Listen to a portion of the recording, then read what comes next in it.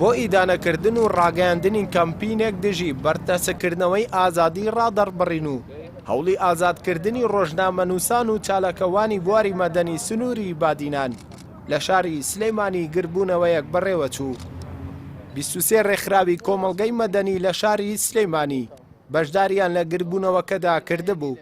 لە کۆنگرێکی ڕۆژنامەنووسیشدا یاداشتێکیان ئاڕاستەی پەرلەمانی کوردستان و نوێنەری نەتەوە یەکگرتووەکان کرد. بۆ ئێمە وەکو ڕێکخراوەکانی کۆمەڵگەی مەدەنی لە هەر سێ شاری سلێمانی، هەولێر و دووهۆک ئەم یاداشتە بۆ ڕایگشتی و بۆ پەرلەمانی کوردستان بڵاوەکەینەوە.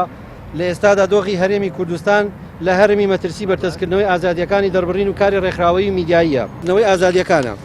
بۆیە ئێمە لە ڕێکخراوەکانی کۆمەڵگەی مەدەنی ڕای دەگەێنین داوا لە هەر یەک لە پەرلەمانی کوردستان و نێردەری نەتەوەی گرتوەکان بۆ هاریکاری عێراق یۆنامی دەکەین، فشار و کاری خۆیان چڕ بکەنەوە لەسەر وەستانی ئەم مامەڵانەی دەسەڵات لە هەرێمی کوردستان و ناچارکردنیان بە ئازادکردنی سەرجەم ڕاگیراوان کە لەسەر خۆپیشاندان و ڕادەربڕین دەستگیر کراون.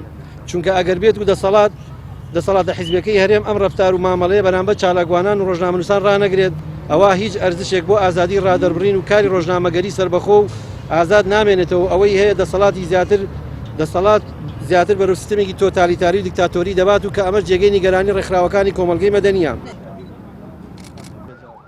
هەر لەو چوارچێوەیەدا کەمپینێک بۆ ئازادکردنی ڕۆژنامەنووسان و چالاکوانە مەدەنیانە ڕاگەیەندرا کە لەلایەن هێزە ئەمنیەکانی پارتیەوە دەستگیر کراون و ڕۆژنامەنووسانیش لە دەستگیرکردنی هاوپیشەکانیان لەلایەن پارتیەوە زۆر نیگەرانن.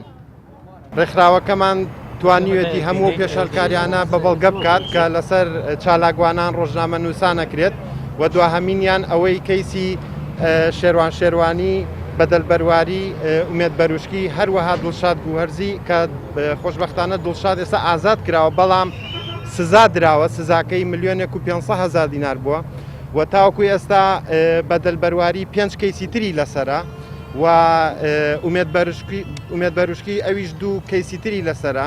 ئێمە لە ڕێ ئەم کەمپینەوە فشار دروستەکەین بۆ سەر هەرێمی کوردستان بۆ دەسەڵاتداران بۆ ئەوەی کە بتوانن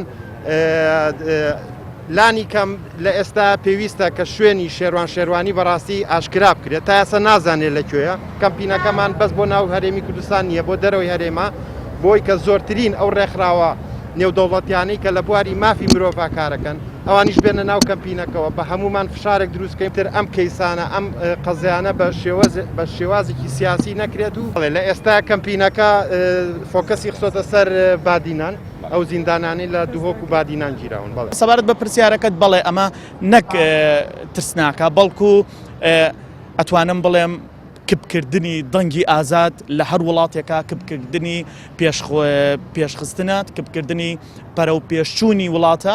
بۆیە ئەمە زۆ خەتەرە بۆ هەرێمی کوردستان، چونکە هەرێمی کوردستان ئێستا لە ناوچەکەەوە دەنگی داوەتەوەکە هەرێمێکی سربەخۆیە، هەرێمێکی پێشکەوتووە، ناکرێ هەر لایەنێکی سیاسی یاخود خودی حکوومەت خۆی دەنگی ئازاد کب بکات، چونکە ئەگەر ئەمە بەردەوام بێ زۆ خەتەرە بێ. هیوادارم ئەو ناوچانیشی کە ئێستا جۆرێک لە ئازادی تێدایە چاولەوان نەکەن و ئەمان ئازادەکە بەرفراوان کەن و ئەو کەسانیش کە ئێستا دەستگیر کراون ئازاد بکرێت.